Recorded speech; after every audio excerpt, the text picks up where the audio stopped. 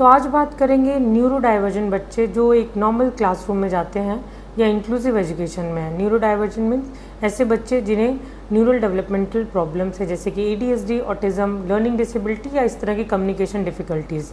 इन बच्चों को क्लासरूम में मैनेज करना काफ़ी चैलेंजिंग होता है टीचर्स के लिए, वहाँ एजुकेटर्स के लिए, कि वो इन बच्चों को बाकी बच्चों के साथ कैसे हैंडल कर पाएँ। तो आज जो भी बात करेंगे इस टिप्स को ध्यान में रख के बात करेंगे, कैसे मैनेज करें हम इन बच्चों को क्लासरूम में।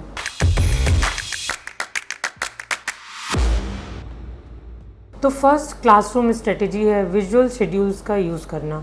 विजुअल शेड्यूल से बच्चों को ये आसानी हो जाती है कि वो अपने रूटीन को प्रेडिक्ट कर पाते हैं, क्योंकि इन बच्चों को कम्युनिकेशन डिफ़िकल्टी होती है, वो एक्सप्रेसिव लैंग्वेज में अच्छे नहीं होते, मल्टीपल इंस्ट्रक्शंस को समझ नहीं पाते।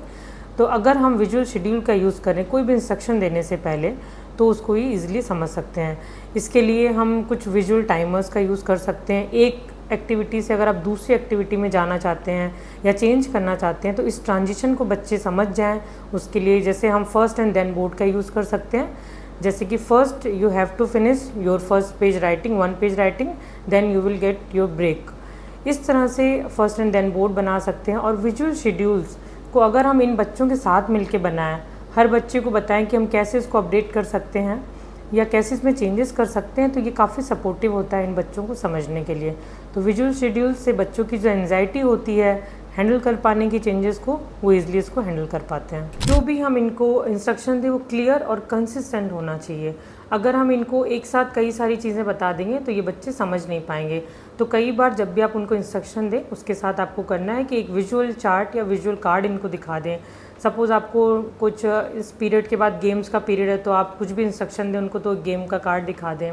इसके बाद अगर उनका ब्रेक होने वाला है तो लंच ब्रेक का कार्ड दिखा दें। तो इससे बच्चों को ये पता रहेगा कि कौन सा कम्युनिकेशन या कौन सा इंस्ट्रक्शन उनको कब फॉलो करना है। तो एकदम से कोई छोटा इंस्ट्रक्शन दे, जैसे कि उनको चीज़ें समेटने और आपने बोल दिया रैप इट अप, तो बच्चे कंफ्यूज हो जाएंगे। इसके बजाय आपको क्लियर इंस्ट्रक्शन देना है कि put your pencil in the box. तो एक क्लियर कम्युनिकेशन देंगे या रिपीटेड वे में देंगे तो बच्चे इसको प्रोसेस कर पाएंगे और 3-4 बार देने के बाद वो उसको समझ पाएंगे कि अब उनको करना क्या है। Positive behaviour support.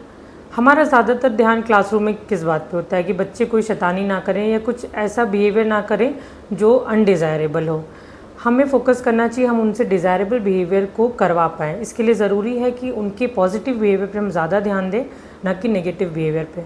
अगर वो कुछ अच्छा करते हैं, पॉजिटिव बिहेवियर करते हैं, तो आप उनको तारीफ़ कर सकते हैं, उनको कुछ टोकन दे सकते हैं उनके गुड बिहेवियर के लिए। बार बार नेगेटिव बिहेवियर को पॉइंट आउट करेंगे तो बच्चों में उसकी प्रोबेबिलिटी बढ़ जाएगी करने की। इस तरह से बिहेवियर सपोर्ट करने से बच्चों में कॉन्फिडेंस आता है खुद को हैंडल कर पाने का। तो आपको प्रोसेस पे ध्यान देना है, आउटकम पे नहीं ध्यान देना है। वो जो एफर्ट कर रहे हैं उस पर ध्यान देना है। Peer education and awareness. Inclusion तब अच्छा हो सकता है, इन बच्चों को हम तब नॉर्मल बच्चों के साथ पढ़ा लिखा सकते हैं, मेन स्ट्रीम में ला सकते हैं, जब बाकी बच्चों को भी न्यूरो डाइवर्सिटी के बारे में पता हो।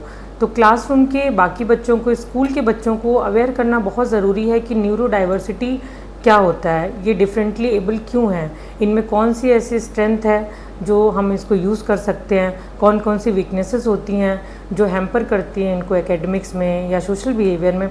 तो इस तरह से बाकी बच्चों को सिखा के, वीडियोस के थ्रू, शॉर्ट स्टोरीज़ के थ्रू, जो भी हम उनके सोशल गेम्स प्ले करते हैं उसके थ्रू, तो इन बच्चों को हमें इंक्लूड करना है, ताकि जब हम न्यूरो डाइवर्सिटी बच्चों को, न्यूरो डाइवर्जेंट है जो बच्चे, उनको कुछ एक्टिविटी कराएं या उनको सपोज़ कामिंग रूम में भेजते हैं, तो बाकी बच्चों को ये ना लगे कि उसको पनिशमेंट दी गई है, बल्कि वो ये समझ पाएँ कि उस बच्चे के साथ ऐसा क्यों किया गया है।